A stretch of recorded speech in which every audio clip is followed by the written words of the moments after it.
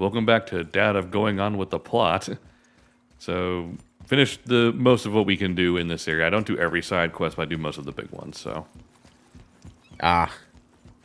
Because there's like, oh, get all the little void hole thingies. And it's like, don't need to do that. Yeah, that sounds not necessary. So, you know. Why does everybody, like, explode into orange concentrate? Because these are the poison guys. Oh, okay. They're basically they're on the weaker end, but they try to like inflict poison on you and blow up when you kill them and stuff like that. So. And that's why you're attacking from a distance with the axe. Okay. Mm-hmm. The axe, like, returning to Kratos' hand. Like, when I first saw that, I couldn't help thinking that, like, immediately of Wolfgar from the R.A. Salvatore Forgotten Realms novels. Does he have a thing like that in those? Yeah, it's his signature weapon, Aegis Fang. It's a dwarf-made hammer that returns to the owner's hand when thrown. So it's just Mjolnir. Salvatore had a habit of giving his characters absurdly overpowered weapons of the type that no DM in their right mind would ever give a party. Yeah, seems like any DM, you know. Like Talmara the Heartseeker, which not only fires super powerful arrows, but comes packaged with a quiver that gives you infinite ammo. So, Oh, so he's a real Legolas. Wow, okay. Wow. That's... Huh, okay. Or how about, like, in the very first novel, Drizzt stumbles upon a dragon horde that just happens to have a scimitar in it that completely makes the holder immune to fire. Of course, the enemy he fights right after that is a frickin' Balor. Frickin' fire demon. Just fire everywhere. So not only is the weapon protecting Drizzt, it's also super effective against the demon itself. Doesn't Drizzt have like 17 magic weapons that basically just kill everything on stop? He has 2 magic scimitars. At one point he gets a pair of armlets that are too thick for his arms, so he puts them on his legs instead, and it turns out they increase the speed of whatever limb they're attached to. So now he's a really fast... Wait. So then why were they attached to his arms? They were attached to his enemy's arms to increase the speed of his weapon arms, but but the difference in size, I think, prompted Drizzt to put him on his legs instead, and that just made him faster on his feet. So a different battlefield advantage than his enemy used them for. Okay. Let's see, what else? He eventually inherits that bow that I mentioned when Catti-brie gets injured and backs off to become a mage instead. What else? I think I don't want to count the cursed sword. Why do you need 3 swords? Why? It was someone else's sword, and he temporarily used it at one point. But it's the kind of sword that talks to you and tries to drive you insane. So, keeping it around would have been a bad idea. So he winds up giving it to some elves to hold on to for safekeeping. Obviously, since this is Fantasyland, and we need story material, that doesn't work out for very long, and the sword comes back to cause trouble later. But you know, I'm shocked. Absolutely shocked that would be the case. But that sword was notable because it could cut through fucking anything.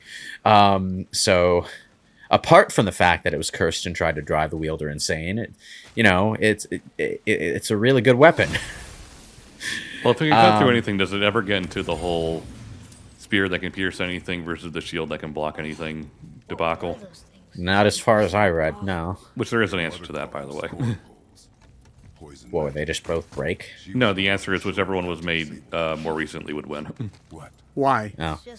Because everything ages no matter what. Therefore, anything that's older would be inherently more brittle, even on a minuscule level, just because it's older. Okay. So. Whoa. Sure is foggy. That's some good mountains. There's one thing about the current generation, or Well, I guess this applies to last generation more so than this one, because I haven't really experienced the current generation. But, like, PS4, Xbox Series generation landscapes, fucking beautiful. I mean, the PS3, Xbox 360 era could do landscapes pretty well. Skyrim, you can sort of see that in Skyrim and Fallout and all of that, but this generation really nails the detail of them. Whereas the previous generation, even the best landscapes or worlds were always a little rough around the edges. There was always some low-res grass or some kind of cheap lighting or shadow problems that cheapened the overall effect. Yeah, the areas also tended to be just more restricted in general. Like, they almost always felt more cramped than maybe even they were, because they just wanted to keep all the pretty things in the background, because it would have cost way more resources to have that be, like, interactable. Well, it's true, but knowing your mother, she would have insisted I repair that act of vandalism perpetrated against her axe by my brother. It's my axe now. I knew it. You are Brock's brother. The other half of the brand's So yeah, this is our other shopkeep. Oh, we get 2 shops? Wow. Is your brother? Yes, though my talents are vastly superior. No boast. Swear Who to is- Freya. This guy's not nearly as cool as the other guy. He's all, like... Okay, I do like that he's just constantly frightened of Kratos, though. That's very realistic. He's also a germaphobe. But He's a can you germaphobe? put it down Yeah. over there. That handle is No. filthy. Well, he doesn't like all the blood and guts on it. I will just. You're wearing gloves. Oh. Why become a weapons trader if you don't like blood? Well, because he makes things, he doesn't use them. So, what were you working on? Oh, that. I call it the Sky Mover. Just up that mountain. The quirky blacksmith. Yep. Always a fun trope. There's this guy in Dragon Age Origins who's just like the stereotypical artiste. The joke, of course, being that his art is weapons and armor. So he's constantly being all prissy and fretty about tools of war. The thing that, like, you know, you'd think nobody could be prissy about. You just don't understand, Lewis. This is a 1978. I can't think of any kind of weapons that would be made in 1978. Never mind. You just don't understand, man. I need to play Dragon Age Origins one of these days again. That's the first one, right? Yeah. Okay. If you see, it always confuses me because generally, if somebody names their game Origins, it's like a prequel. So Yeah. I'm like, Yeah, in this case it's named Origins because the main gimmick was the Origin system, where you had 6 different, like, backstory sequences to play through at the beginning of the game. yeah, I did try it. I tried the Wizard one, and I got a little bit into it before just realizing it wasn't my kind of game and Yeah. turning it off. It did Which seem- version did you play? The Steam version. This was Oh, a okay, while so you- ago. Yeah, I was gonna say, like, yeah, playing it on PC is probably the best representation of the experience, because they hadn't quite nailed the basics of getting that kind of game to play on a controller back in Origins. Like, they had the radial menu and all the stuff we're used to now, but it was still a bit limited, and they had to scale down some difficulty to make it work. And the console version's fine, but it's hard to go back after playing the PC version.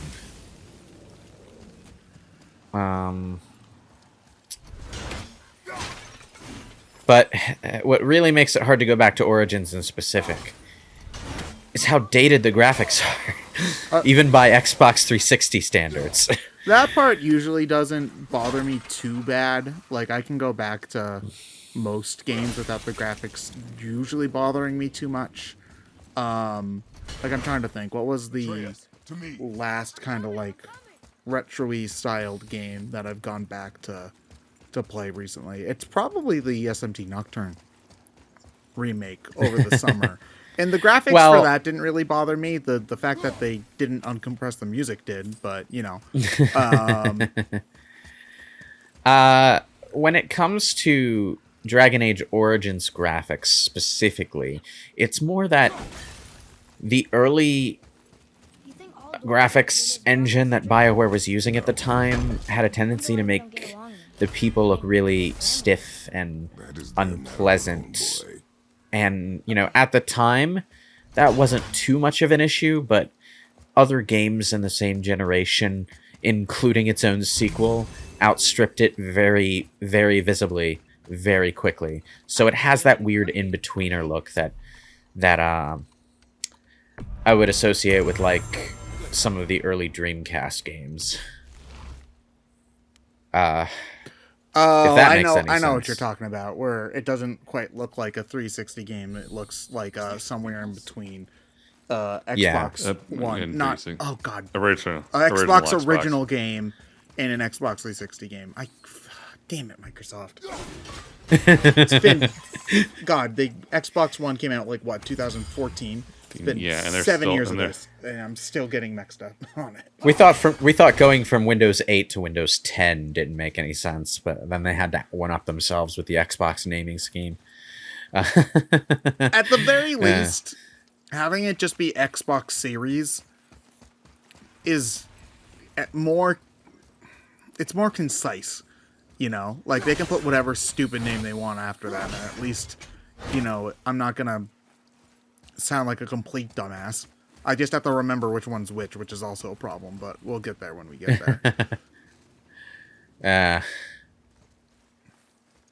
Still looking for the next rune, huh? Yep.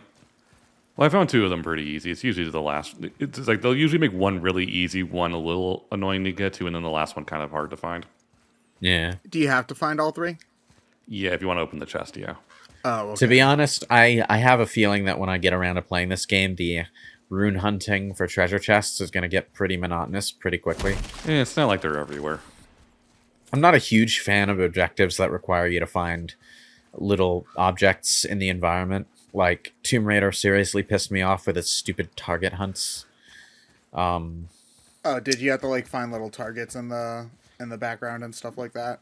Yeah, like, the very first one is, like, right at the beginning after the first campfire. There's, like, 8 to 10 sort of voodoo charms or something hanging in the trees, and by the time you get to the last one, it's just a crapshoot to find where it is in the environment. Oh, I remember this one. Yeah, you have to put out the smoke so you can see which one it is. I mean, with Resident Evil 4... you, they had exactly, like, one challenge like that, and all the medallions you had to shoot were glowing blue, right? Yeah. And you only needed so many of them to get the prize. You didn't need to find all of them, which I think is the way to do that kind of challenge. You know, give us a certain number of things to find, and make it so that we only have to find most of them, not all of them. The aggravating thing about that is that Tomb Raider 2013 does do that with some of its challenges, like the torches in the area, like, pretty much immediately after the one I'm talking about.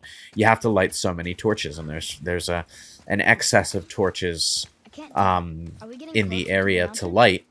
So, no, you don't light the torches, you shoot them down. I'm sorry, they're like little hanging fire lamps that you had to shoot down. But the point is, there's more of them than you need to shoot. And that makes the challenge, you know, a fun thing to do on your way through, as opposed to something that's going to totally waste your time because there's only one target left and you need to get all of them. And the area's too big for that to be a convenient search.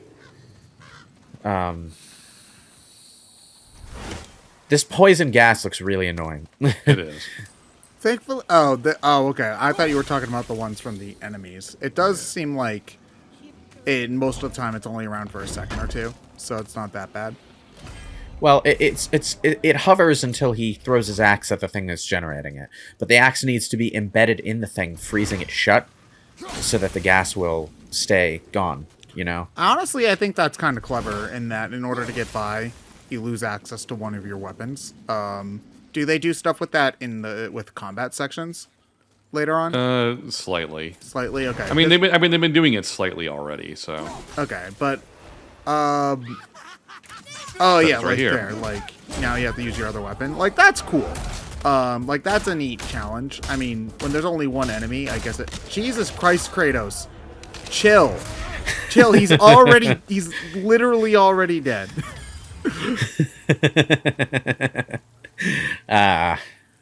I also think that is a neat way to get you to try out your other weapons too, and like encourage you to use them more.